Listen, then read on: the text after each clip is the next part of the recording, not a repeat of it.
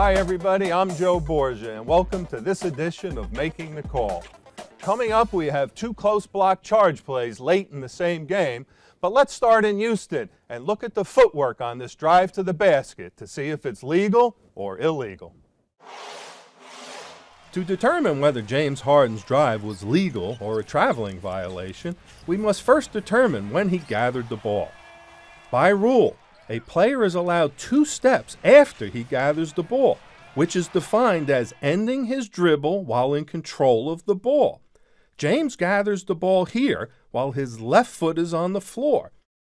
He then takes a step with his right foot, followed by a step with his left foot.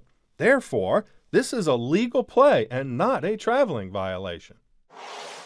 Moving on to Washington, where the Wizards are taking on the Grizzlies. Here's another drive to the basket, but this time it involves the restricted area. Is it a block? Is it a charge? Let's take a look. JaMychal Green drives down the lane and crashes into Marcin Gortat. Since Marcin is a secondary defender on this drive, which started outside the lower defensive box, to be legal, he must be at the spot prior to JaMychal starting his upward motion and be completely outside the restricted area, which includes the line. The overhead angle clearly shows Marcin's heels are inside the restricted area, making this a blocking foul, even though he was at the spot prior to JaMychal's upward motion.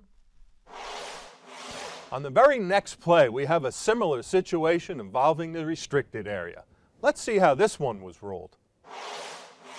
This play also involved JaMychal Green, but this time he is the defender and John Wall crashes into him. Now remember, on drives that start outside the lower defensive box, secondary defenders must be at the spot prior to the offensive player's upward motion and be completely outside the restricted area. The overhead angle shows JaMychal met that criteria, and this play is an offensive foul on John.